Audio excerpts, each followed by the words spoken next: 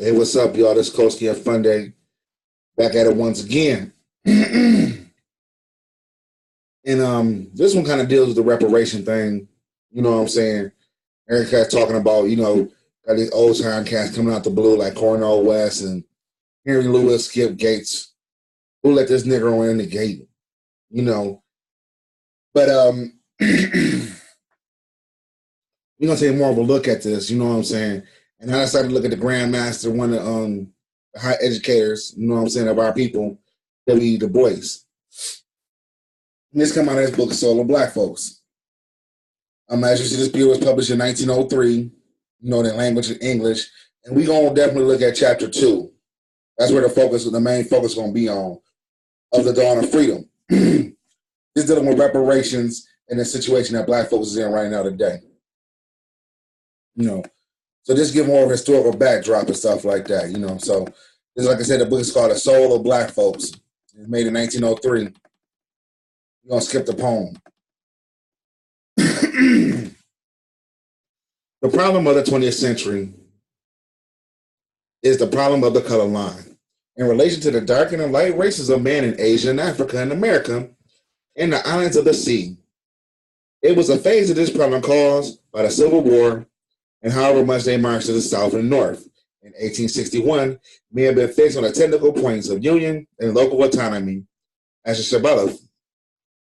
All nonetheless knew, as we know, that the question of the Negro slavery was made the real cause of the conflict. Sidebar. They try to say that Negro slavery wasn't the real cause of the conflict. It was, state rights and all that stuff like that. But, the real cause of the conflict was about Negro slavery. Curious, sidebar back in. Curious it was, too, how deep is the question ever to force itself upon the surface despite the effort and disclaimer? No sooner had the Northern armies touched Southern soil than this old question, newly guised, sprang forth from the earth. What should be done with the Negroes? Contemporary American man this way and that cannot answer the query. The Emancipation Proclamation seemed to, but to broaden and intensify the difficulties in the War Amendment Acts made the Negro problems of today. The War Amendment Act, sidebar again, the War Amendment Act is the 13th, 14th, and 15th Amendment. You know what I'm saying? Some people call them the War Amendment Acts. Some people call them the Slavery Acts. It just depends on it's got different names for them. Reconstruction Acts, it's different names for them. This is the aim of this essay, to study the period between 1861 and 1872, so far as it relates to the American Negro. And its effect, this tells us the dawn of freedom is an account of a government of man, called the Freedmen Bureau, one of the most singular and interesting of attempts made by a great nation to grapple with the vast problem of race and social condition. The war has thought not to do with slaves, cried Congress, the president, and the nation, and yet no sooner had the armies of the East and the West penetrated Virginia and Tennessee than fugitives of slaves appeared within their lines. They came at night with flickering camps shown by vast steely stars along the black horizon. Old men and thin, with gray and truffled hair, women with frightened eyes, dragging, whimpering, hungry children, men and girls, stalwart and gallant, a horde of starving vagabonds, homeless, hopeless, and pitiable in their dark distress. Two methods of treating these newcomers seem equally logical to the opposite sorts of mind.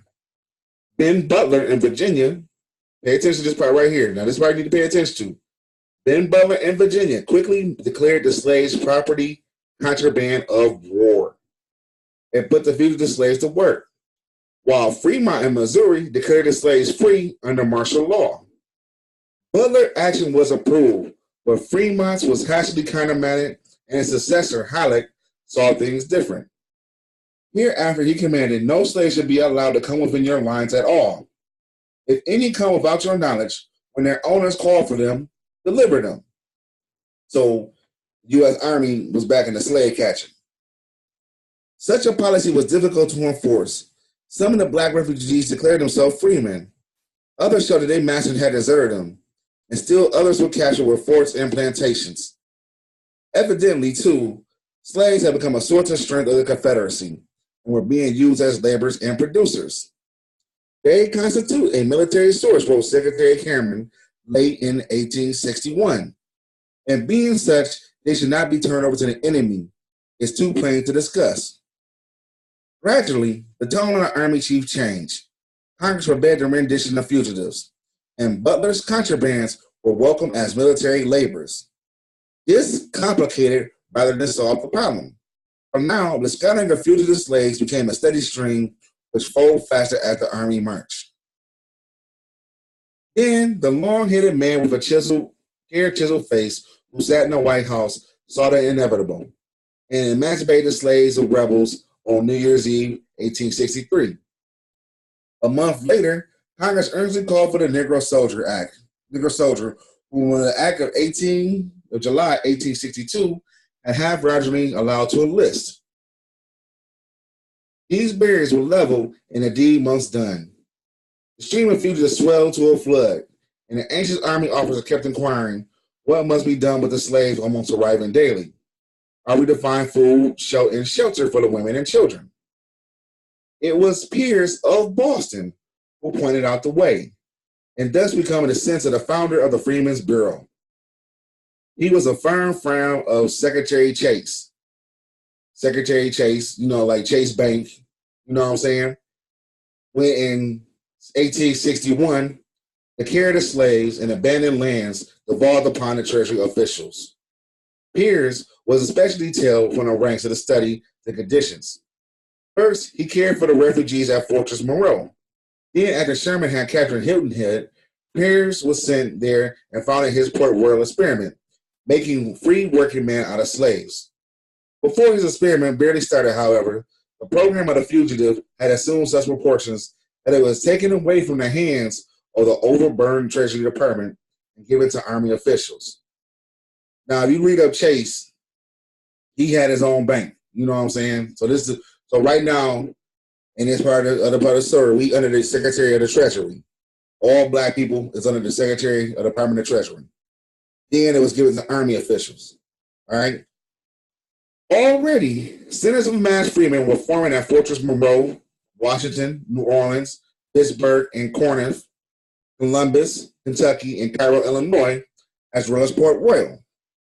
Army chaplains found here new and fruitful fields. Superintendents of contraband multiplied, and some attempt at a systematic work was made by enlisting the able-bodied men and giving orders work to the others. Then came the Freedmen Aid Society, born of touching appeals from peers and from all other centers of distress. There was the American Missionary Association, sprung from the Amistad, and now full-grown for work, and various church organizations. The National Freedmen Relief Association, and the American Freedmen Union, the Western Freedmen Aid Commission, and all 50 or more active organizations which sent clothes, money, school books, and teachers southward. All they did was needed, but the destitution of the freemen was often reported too appalling for belief, and the situation was daily growing worse rather than better.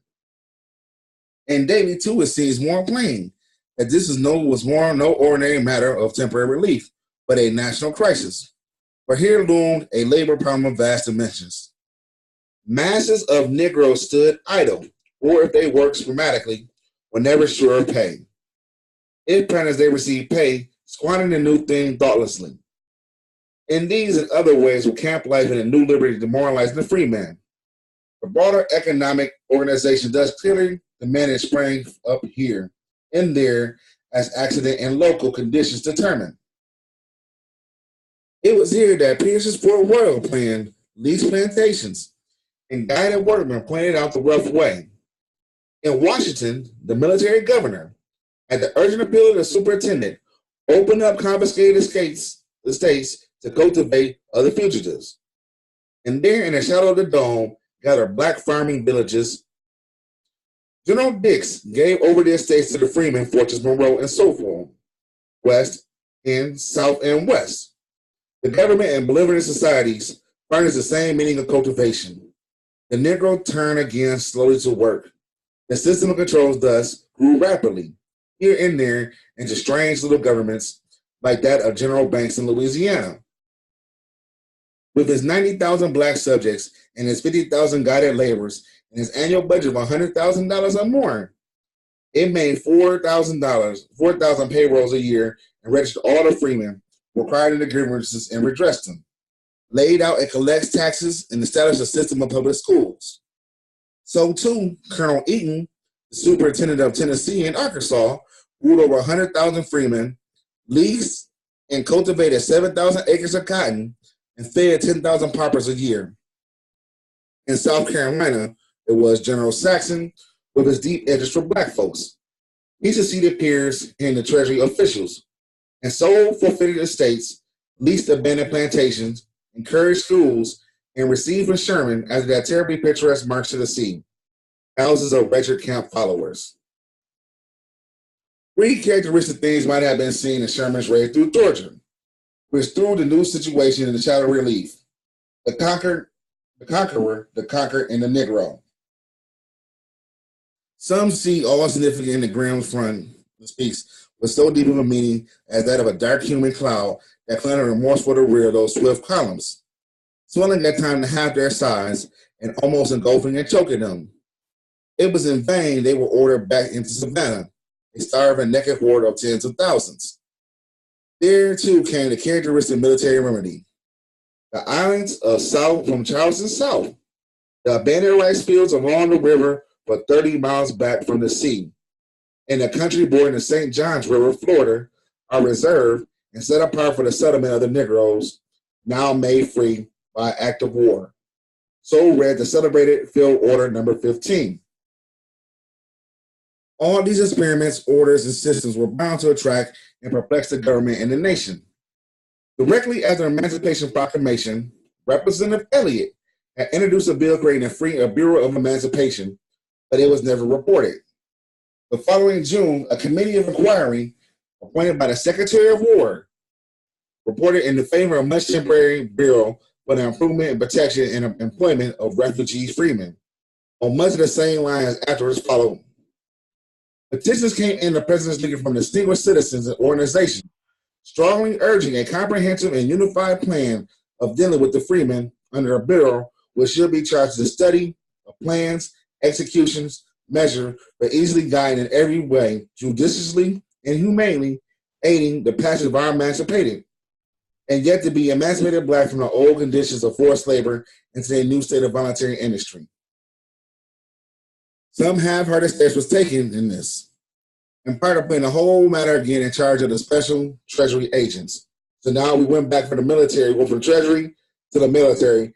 Now we back under the Treasury.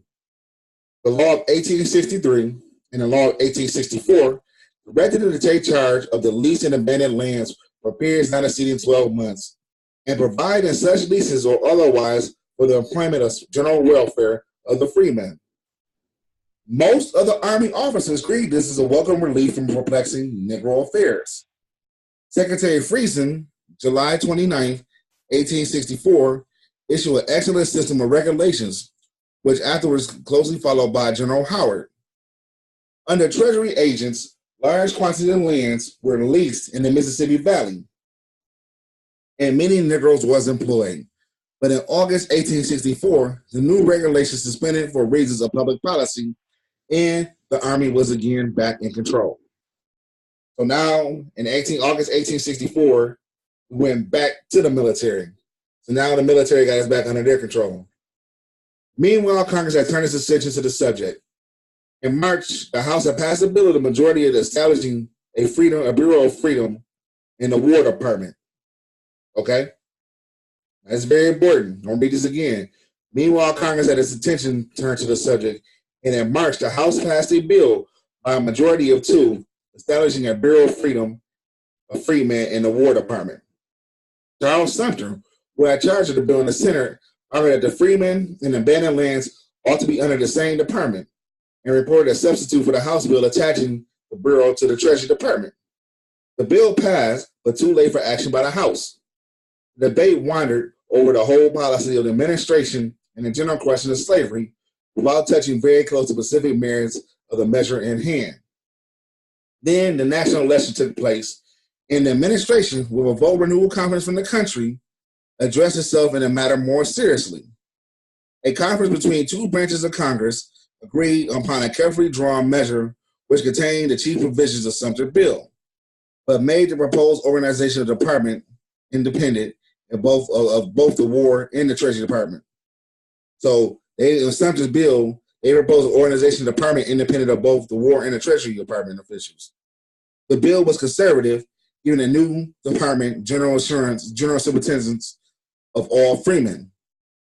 The purpose was to establish regulations for them, protect them, lease them lands, adjust their wages, and appear in civil and military courts as their next friend.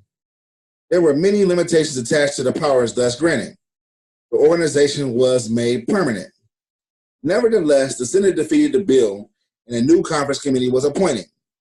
This committee reported a new bill on February 28th, which whirled just as the session closed. It became the Act of 1865, establishing the War Department, a Bureau of Refugees, Freemen, and Abandoned Land. So the Act of 1865 firmly established all black people, all right, all black people, under the War Department, a Bureau of Fugitives, Freemen, and Abandoned Lands. Now, what is the War Department today? Let's take a sidebar from this. What is the War Department today? The War Department today, if we look, now this is just from Wikipedia, U.S. Department of War, also called, it says right here, the War Department or the War Office, was a United States Cabinet Department originally responsible for operating and maintaining the U.S. Army, also bearing responsibility for naval affairs to establish the Navy Department, and most of the land-based Air Force until the creation of the Department of the Air Force, September 18, 1947. The Secretary of War civilian with such responsibility as finance, the purchase, and the minor roles in directing military affairs, and head the War Department through its existence. The War Department existed from August 7, 1889 until September 18, 1947, when it split from the Army into the Department of Air Force and joined the Department of Navy as a new national military establishment, or the NEE, renamed the Department of Defense in 1949. So the War Department today is under the Department of Defense. You know what I'm saying? All right? But, why I go into that for is a reason why I went to that. Now, the reason why that's important. Now, hold on. Let me hold on. Now, this is one of the first treaties right here we talking about the War Department. We still don't talk about the War Department. We still talking about reparations and slavery stuff. All right. Now, this is the Treaty of Paris, September 30th, January 1783. Right. This is one of the first treaties the United States of America signed. I'm sure the first two that they signed. Right. What it says right here, it says Article 3. Oh, this one is Article 7. Yep, Article 7. There should be a firm and perpetual peace between the Britannic Majesty and the said states, and between the subjects of one of the citizens, in other words. Wherefore all hostilities, both in sea and land, should therefore cease. All prisoners on both sides should be set at liberty, and His Britannic Majesty shall, with all covenant speed, without causing any destruction or carrying away any Negroes. No, that was very important to them. You know what I'm saying? That was very important. And no Negroes got carried away. This is the first, you know what I'm saying? This is the first treaty, right? You know what I'm saying? Or carrying away Negroes or any other properties of the American inhabitants, which they called us any other property of American inhabitants, withdrawing all his armies and garrisons and fleets from said United States, and every post, place, and harbor within the same, leaving all fortifications, the American artillery may be within, and shall cause of archives, records, deeds, and papers belonging to any of the said states or citizens, which the course of war may have fallen into the hands of officers, and forthwith be restored and delivered to the proper states and persons to whom they belong. So it was highly important, you know what I'm saying, for them, under the Secretary of War, who was one of the people that was there, to make sure that, they kept us in check. Let's show another one. That's the first treaty the United States ever signed. This one right here is basically called the Treaty of New York, 1790. All right? It's a treaty with the Creeks. Same thing with this one. You know what I'm saying?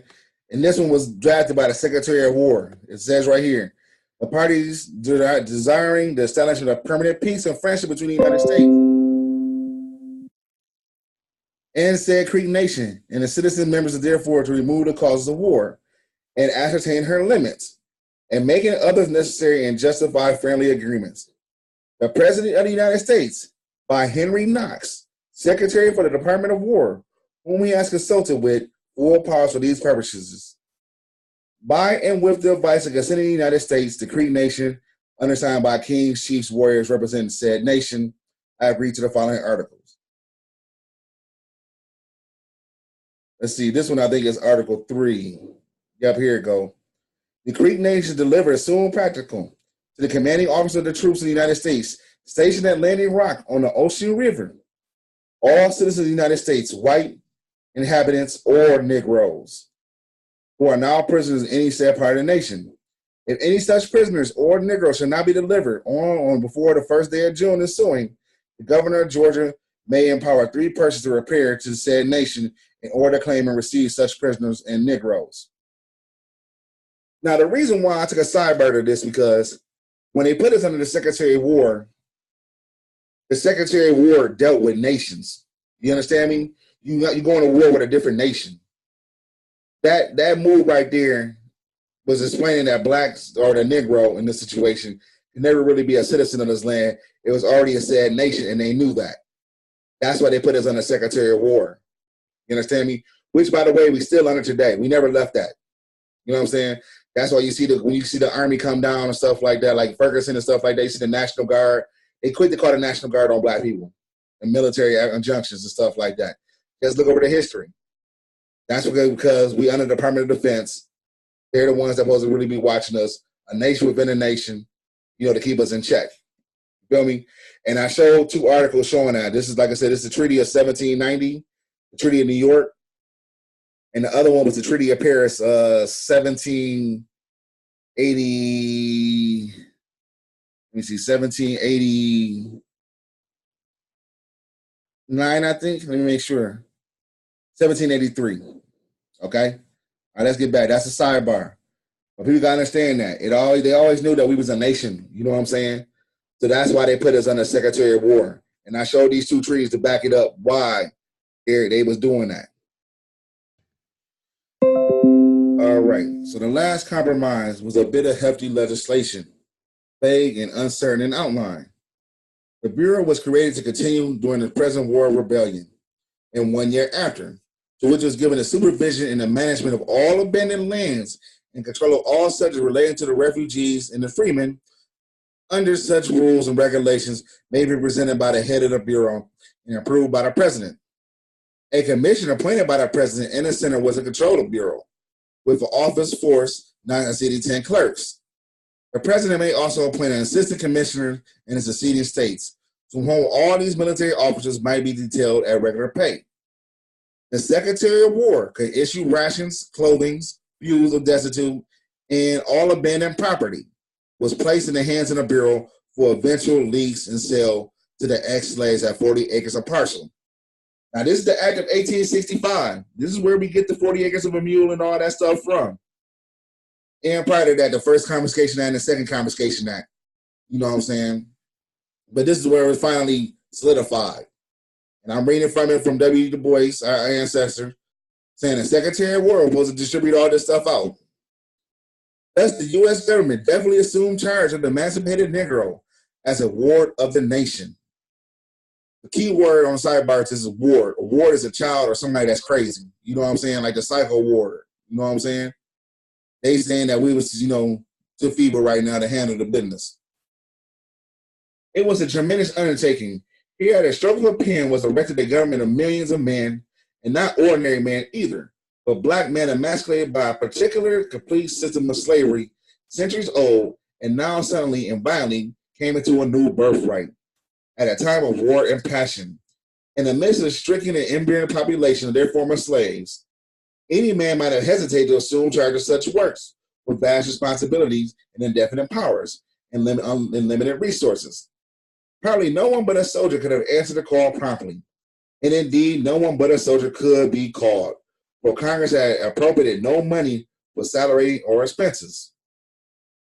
Less than a month after the Wearing emancipation passed to the rest, his successor assigned Major General Oliver O. Howard as the commissioner of the new bureau. He was a Maine man, then only 35 years of age. He marched with Sherman to the sea and fought well at Gettysburg, but the year before had been assigned to the command of the Department of Treasury, the Department of Tennessee. An honest man with too much faith in human nature, little aptitude for business, and erratic detail, he had a large opportunity to become acquainted with firsthand with much of the work before him. And that work was been truly said, the approximate correct history of the civilization can be written, which does not allow to throw the bold relief as one of the great landmarks of political and social progress, the organization and administration of the Freedmen Bureau. On May 12, 1865, Howard was appointed and assumed the duties of his office promptly on the 15th, examining the field of work. A curious mess he looked upon: little despotism, communistic experience, slavery, peonage, business speculator, organized charity, unorganized almsgiving, all ruling under the guise of helping the freemen, and all enshrining the smoking blood of the war and cursing the science of angry man. On May 7, the new government, where a government it really was issued in this Constitution. Commissioners were appointed in each of the secluded states where they take charge of all things related to fugitives and freemen. All relief and rations will be given by that consent alone. The Bureau invited in continued cooperation of benevolent societies and declared it would be an object for all commissioners to introduce a practical system of comprehensive labor and to establish schools. Forthwith, 9 assistant commissioners were appointed. They were hastening their field work and to see gradually closer relief of establishments. And by making destitute self-appointing acts of courts of law, where there was no courts and where the Negroes were not recognized in them as free, established the institution of marriage among ex-slaves, and keeping the records, seeing that freemen were free to choose their employers and help making a fair contract with them. And finally, the circular said, "Assembled with good faith, which we hope all hands were from the concern and passing away of slavery, will especially relieve the assistant commissioners in discharging their duties towards the freemen, as well as promoting general welfare." No sooner was the work started, and the general system and local organizations in some measure begun, then 2 grave difficulties appeared, which changed largely the theory and the outcome of the Bureau work. First, there was the abandoned lands of the South. It had long been more or less definitely expressed in theory of the North that had been the chief problems of emancipation might be settled by establishing slaves on forfeited land of their masters. Some of sort of poetic justice says some. But this poetry was done in solemn prose that meant neither wholesale confiscation of the private property in the South or vast appropriations.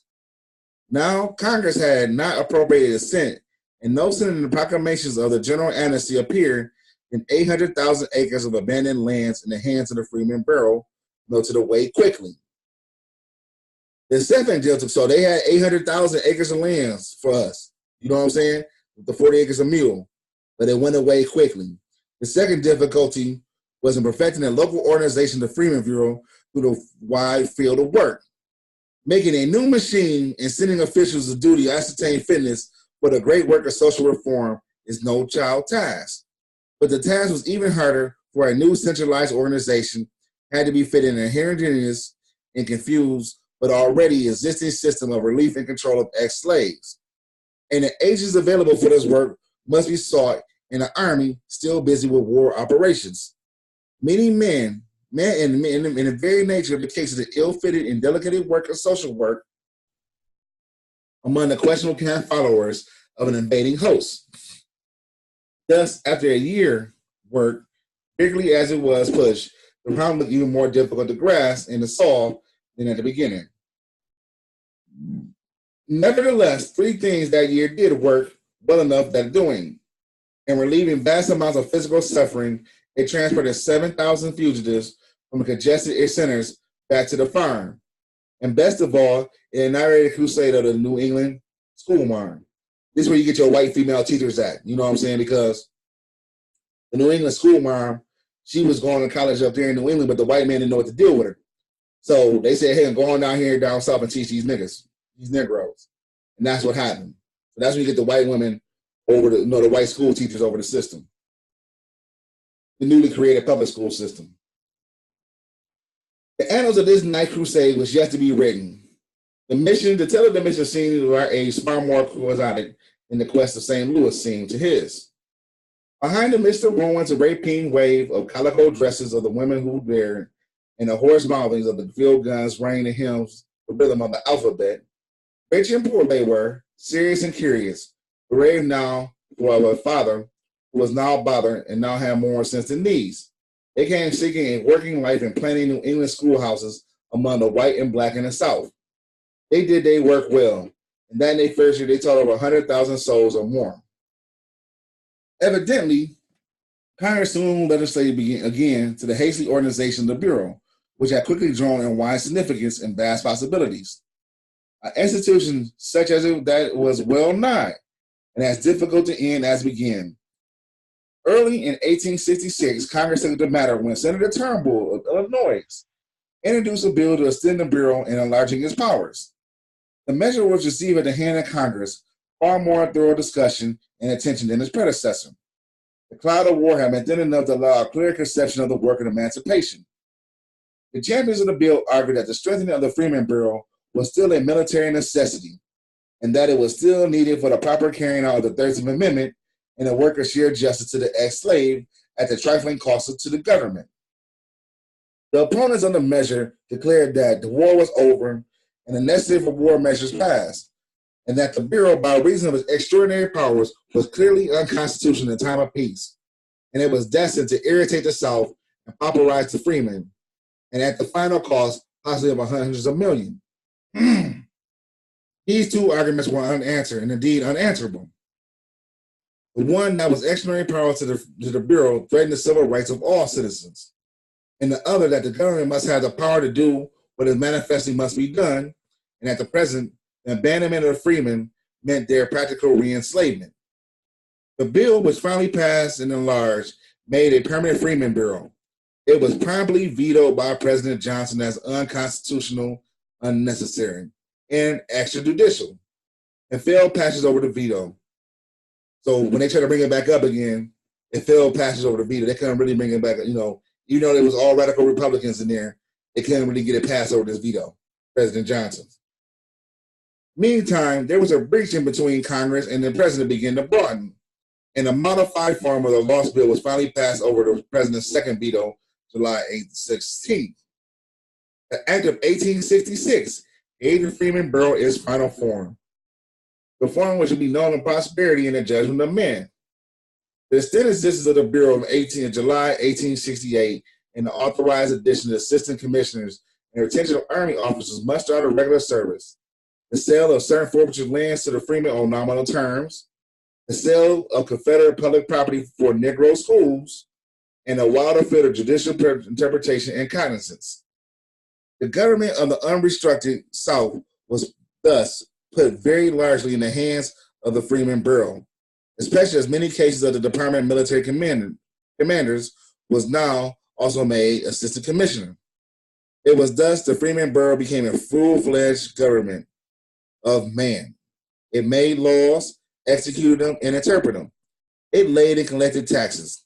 It defined and punished crime. It accomplished various ends needed.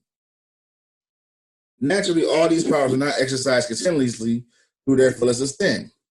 And yet, as General Howard has said, scarcely any study that has to be legislated upon in civil society fails, at one time or another, to demand the action of this singular bureau. To understand and criticize intelligently the so vast of the work that one must forget that in instance of the drift of things in the late 60s, Lee had surrendered. Lincoln was dead. Johnson and the Congress was at loggerheads. And the 13th Amendment was adopted. The 14th Amendment was pending. And the 15th Amendment declared in force in 1870. Guerrilla raiding, the ever-present flicker flame of war, was suspending its forces against the Negro and all the Southern land was awakened to some wild dreams of poverty and social revolution.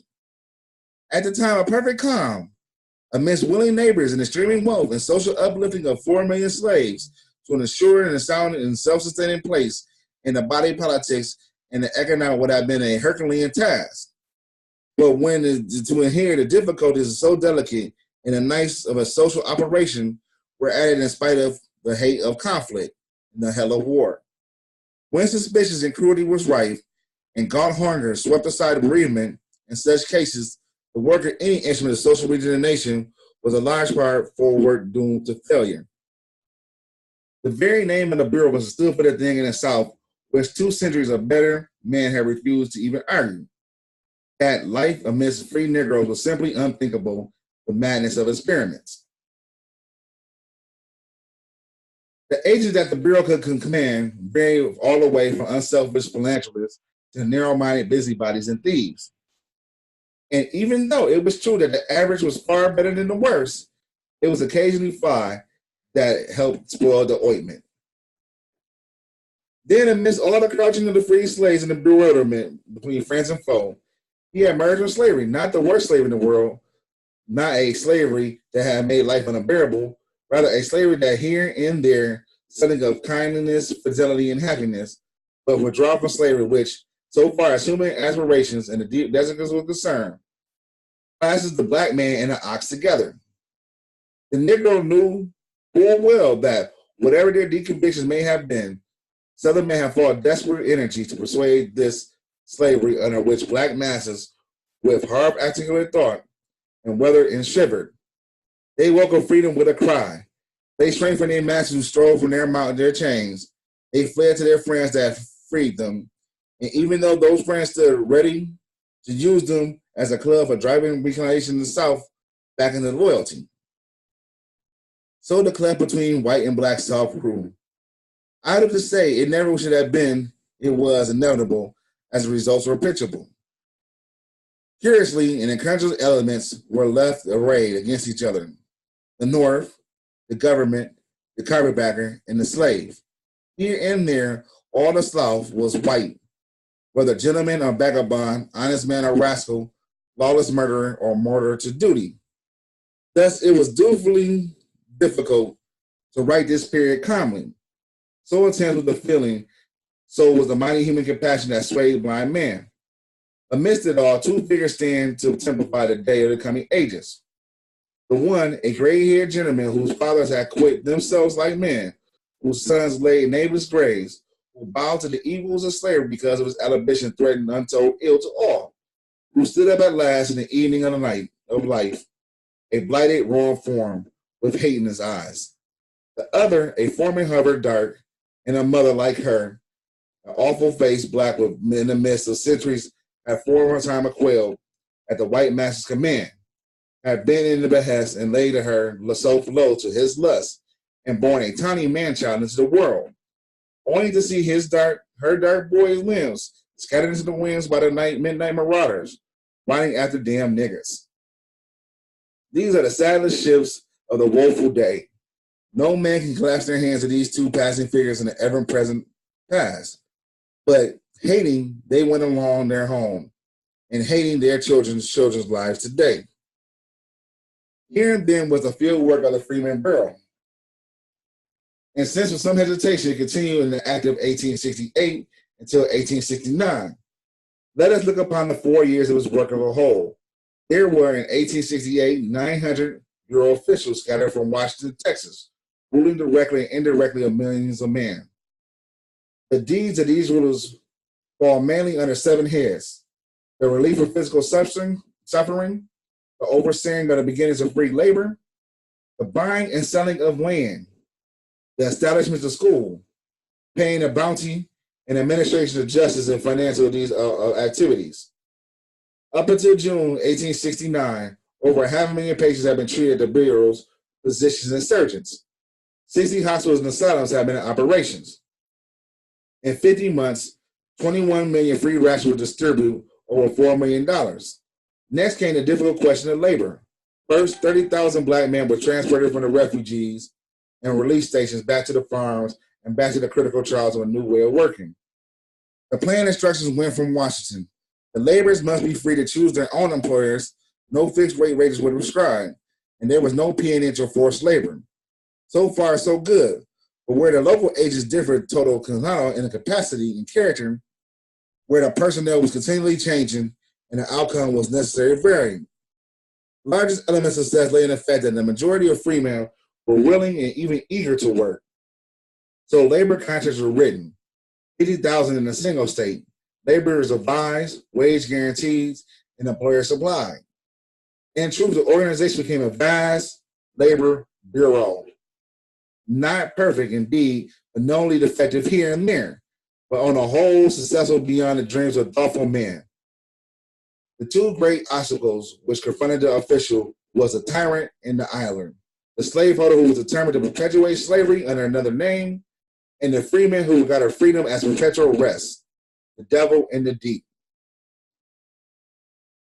The working and establishing the Negroes as a present proprietors, the Bureau was the first handicap and absolutely last absolutely checked. Something was done, larger things were planned.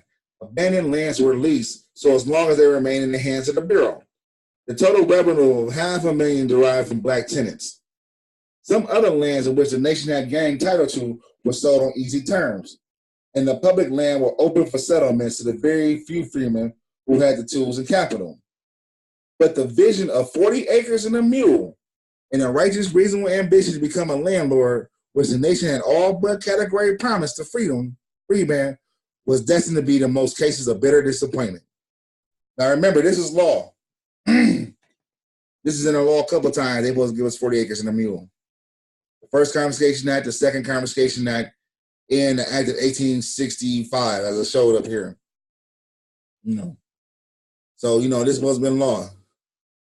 And the man of the marvelous hindsight who was today seeking to preach the Negro back into peonage, the present peonage of the soil, know well and ought to know that the opportunity of binding the Negro peasants willing to the soil was lost on that day when the Commission of the Freemen had to go to South Carolina and tell the weeping freemen, after their years of toil, that the land was not theirs and that there was a mistake somewhere.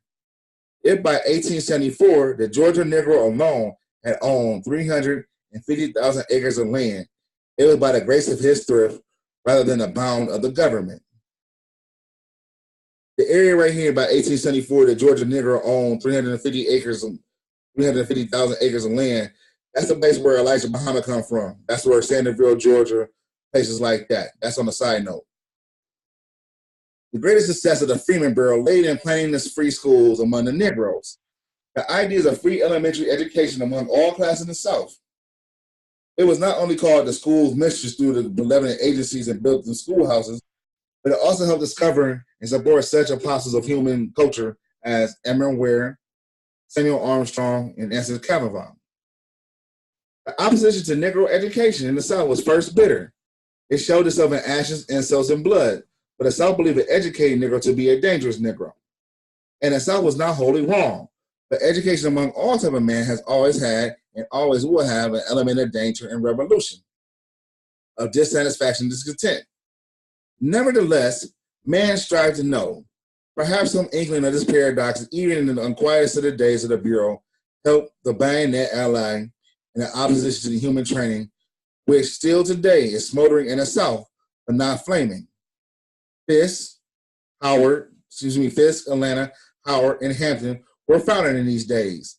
$6 million was expended for the educational work, $750,000 of which the freemen gave themselves of their poverty. Such contributions together, let me go back to that again, you know what I'm saying? So we did put some money toward these schools, you know what I'm saying? We put, according to W.E.B.DuBois, we put $750,000, of which the freemen gave themselves of their poverty. So we gave money to these schools. The original four, Fisk, Howard, Atlanta, and Hampton. Such contributions, together with the buying of land and other various enterprise, showed that the ex-slaves were handling some free capital already, right? The chief initial source was this labor in the army and his pay for his bounty as a soldier. Payments to Negro soldiers are first contemplated by the ignorance of the recipients and the fact that the quotas of the colored regiment from the northern states were largely filled by recruits from the South. Unknown to their fellow soldier, consequently, payments were accompanied by such frauds that Congress, by a joint resolution of 1867, put the whole matter in the hands of the Freedmen Bureau. In 2 years, $6 million was thus distributed to 5,000 claimants, and at the end of the sum succeeded some $8 million. Even the system of fraud was frequent, but still work was needed to put capital in the hands of the practical paupers, and some at least was well spent. The most perplexing and the large, least successful part of the Bureau work lay in the exercise of judicial functions. The regular Bureau court consists of one representative of the employer, one of the Negro, and one of the Bureau. If the Bureau could have maintained a perfectly judicious attitude, this arrangement would have been ideal and must have been gained some confidence. But the nature of the other activities and the character of the personnel prejudice, the Bureau was in favor of black litigants and led without much doubt of injustice and annoyance. On the other hand, to leave the Negro in the hands of the Southern courts was impossible.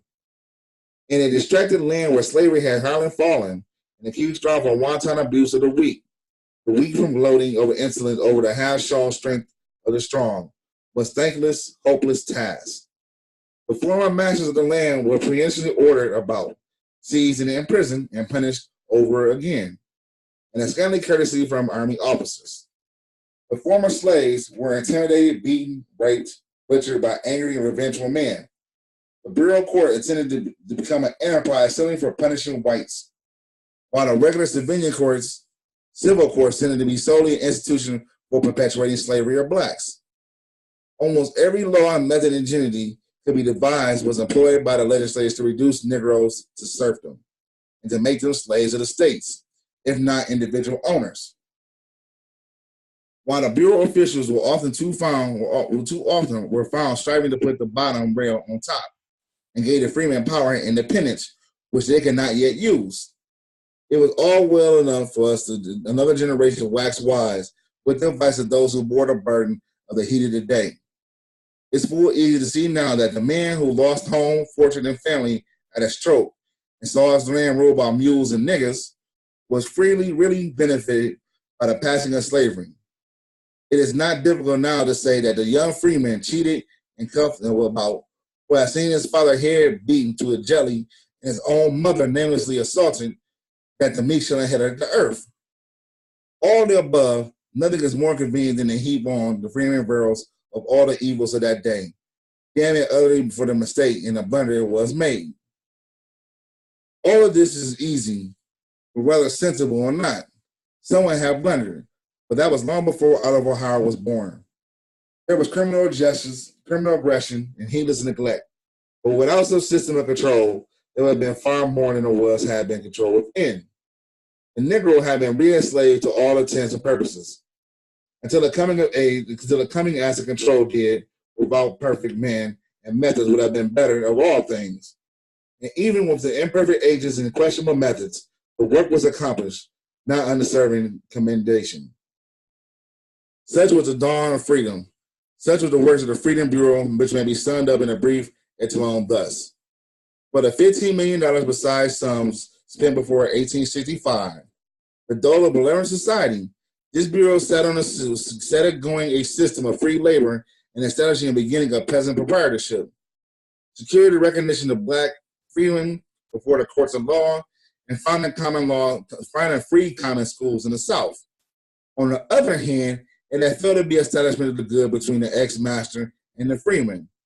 Regard this work wholeheartedly in the preparedness methods which discourage self-reliance and to carry out any acceptable stint of the implies of the furnished freeman with the land's success. The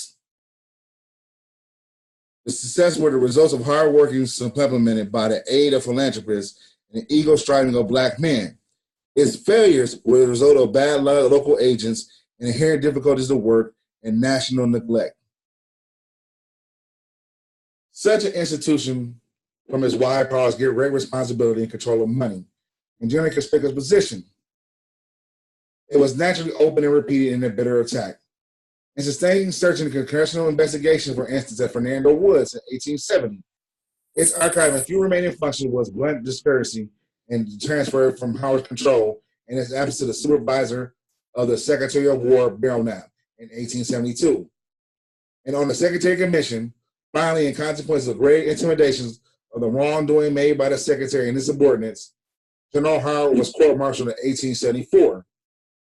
Both of these trials, the commissioner of the Freedmen Bureau was essentially exonerated from any willful misdoing, and his work commended. Nevertheless, many unpleasant things were brought to light. The method of transaction of business with the Bureau was faulty. Several cases of deflation were proved, and other frauds strongly suspected. But there was some business transaction was favored, the dangerous speculation, and not the dishonesty around the lay around the smirch of the Freedmen Bureau Bank. Morally and practically, the Freedmen Bureau Bank was part of the Freedmen Bureau, although it had no legal connection with it. With the prestige of the government backing it, and the direct border of unusual respectability and national reputation, this banking institution has made a remarkable start in development and thrift among Black folks, which slavery had kept them from knowing. Then, in one sad day, it came to crash. All the hard-earned dollars of the freemen disappeared. But with that was a least of a loss. All the faith in saving went too, and much of the faith in man, and that it was lost that a nation which today sneers at the Negro shiftlessness and has been never made yet good. Not even 10 additional years of slavery could have done as much damage by the nation for their special aid, where the blame should rest. And it's hard to say whether the Bureau or the bank died chiefly by reason of blows of selfless friends or dark resignation of its foes, perhaps in time when we'll never reveal. But here lies the unwritten history. I'm going to pause right there. You know what I'm saying? It's only about a couple more things. But I'm going to pause right there to let y'all know the Freedom Bureau, what's going on with it today. It's been defunct. You know what I'm saying? But let's see what's really been going on. What do they do with all this paperwork? All right, now this is from the Mormon site, the Church of Jesus Christ of Latter-day Saints. Now, I don't know how the hell they did it, but they brought the Freedmen Bureau and all the people pages that go to it. You know what I'm saying? This is June 20th, 2016. Historic Freedmen Bureau project completed. Nearly 2 million slave records, Civil War era are next. Now, you might say this is a good thing, but the really reason why they built it was to pray for these people staying in heaven, because the Mormons believe that Black people didn't go to heaven. So they would pray for these people to their planet, whatever the planet is, where the hell, shit like that. These Black people go to heaven. You know what I'm saying? Because Black people couldn't become Christians.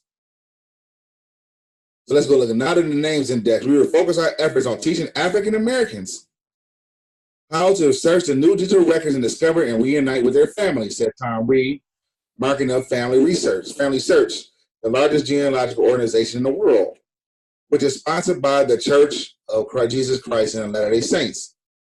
Family Search has announced the completion of the Freedmen Bureau projects, annexing the names of millions of African Americans and collecting decades following emancipation.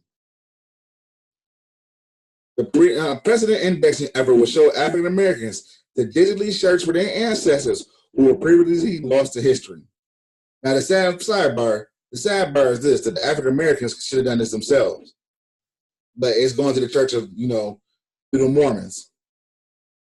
The project was completed almost a year to the day after announced a nationwide new conference in the California African American Museum on the 50th anniversary of Juneteenth, the celebration of Emancipation Day. Over the past year, 19,000 volunteers have participated in the project across the United States and Canada, to exactly 1.8 million names of former slaves and immigrants from the Civil War era. The key to the project's success was the Afro-American Historical and Genealogical Society. Anybody heard that before? Nationwide chapter. They got nationwide chapters. Anybody heard this before? If you heard this before, please put this in my inbox. The Smithsonian and the local Mormon congregations will partner in over 100 indexing events to bring the project to successful conclusion. Now, we know the Smithsonian. They had a lot of stuff. They had a lot of stuff about ancient America. Same thing with the Mormons. Many people do not know that the Mormons and the Smithsonian, they got a pact together. You understand? You got to read that. You got to read that bar about it. They got a pact together because the Mormons, they were saying this is Jerusalem. And the Smithsonian got the stuff, the Hebrews and stuff like that. And the Smithsonian, they got the stuff hidden all over the place. You know what I'm saying? They basement and stuff like that to back up other stuff about early America. You know what I'm saying? About the mounds and things of that nature. Family Search is also partnered with History and made to give the project a final push through social media campaign that coincided the premiere of the television series Roots. And that, in addition to our valuable partners, the project was embraced to dedicated genealogists, religious groups, universities, and even was the focus of Eagle Scout projects, added Reed, who all sense the urgency of bringing this important chapter in the life and enshrining the light on the courageous generations of African Americans. William Durant from AAHGS Metro Atlanta chapter says, indexing Freedmen Bureau records puts you close and personal with the ancestors and their struggles into beginning life anew after slavery. It helps you prepare for your own research and saves time because you become familiar with the records, their format, and their wording. And you already know where to look for their names. The project completion coincides with September 2016 opening of the Smithsonian National Museum for African American History and Culture in Washington, D.C. A symbolic handover of records will take place later this year. So they're not giving the records back to no black people and stuff like that. They give them to this museum that's ran by the Smithsonian. The Smithsonian is not ran by black people, I'm sorry. You know what I'm saying? So we didn't take care of our own cultural product. And this one happens to get, it get tossed around like it's being now. The genealogical community was fully embracing these records, said Holly Gentry, genealogical specialist at NMAAHSC. You find African American genealogy and quite excited about the Freedmen Bureau project. It has a potential for them to find their answers in this large room of federal records and may bridge the gap from freedom and slavery in the records. The Freedmen Bureau project will change the very fabric of the genealogy for the African Americans, said Sherry Camp, president of the Afro-American Historical and Genealogical Society. The Freedmen Bureau, organized in 1865 on congressional order at the conclusion of the Civil War, offer assistance to free slaves. Handwritten records of these transactions includes marriage registry, hospital and patient registry, educational efforts, census lists, labor contract, indenture and apprenticeship papers, and others. The records were compiled in 15 states in the District of Columbia. So it ain't nobody no read to this, but we don't control that. You know what I'm saying? So because we don't control that, you know what I'm saying, a lot of history gets lost, and it got lost. That's why they're bringing it back to Du Bois and what he's talking about. You know what I'm saying? Yes, that was law. The 40. You see any mention nothing about 40 acres in the mill? You understand? They ain't mention how they supposed to dish out all that stuff and give us our land and stuff like that, and how that was law. They did not mention any of that stuff. Nor will they. You know what I'm saying? They're gonna curtail and cut history, the Smithsonian, and the Mormon Church. The Mormon Church really didn't have no love for black people. They're gonna cut it as long as they can. You feel me? To keep us in the dark. Also, too, was another point thing I want to point out in this thing before I cut it off, was the Secretary of War. They put us under Secretary of War because the Secretary of War deals with other nations. You're not gonna have war on your own people. You won't have war with other nations. So they knew that we was a nation. You understand me? But how much are they gonna get as nations to give to them? And this brings up to the end of Reconstruction, where what was the act where he had Hayes, when Hayes became president? You know what I'm saying? The Hayes, the so-called gentleman agreement between the white North, the Fox, and the Wolf, the South, the Southerner, where Hayes, the Republican, become president. Just let us handle what we're gonna do with these Negroes. Let's just give us the power to put these Negroes back in their place. You understand me? So that's what they did. And from there, you can see their erasing history with the Dunning School, with the William Dunning School of Reconstruction. They played it up and boosted up themselves like we didn't do shit. This is what happens when we don't control the pen and the ball of your history. You feel me? But we control that now, baby. So we're going to go more into this a little bit more, you know what I'm saying? Show the 3 laws, you know what I'm saying? The laws that they owe us 40 acres and a mule, things of that nature, where they really consider us that we can never really be citizens of this country because we constituted a nation. You know what I'm saying? And like I said, hopefully I've shown that with the Treaty of Paris, 1783. That's the first treaty the United States written. in the Treaty of New York, 1790. You know what I'm saying? They want to keep us a captive nation. You know. Anywho, much love to you and yours. You know, this is a Koski of Fun Day. I know this film might have been a little bit longer. You know, hopefully get some likes and stuff like that. Hopefully made it all the way through. But it's real nice and needed to be dropped and talked about and discussed. So, you know, peace. Have a good one. Hey, like the channel, subscribe to the channel. Peace.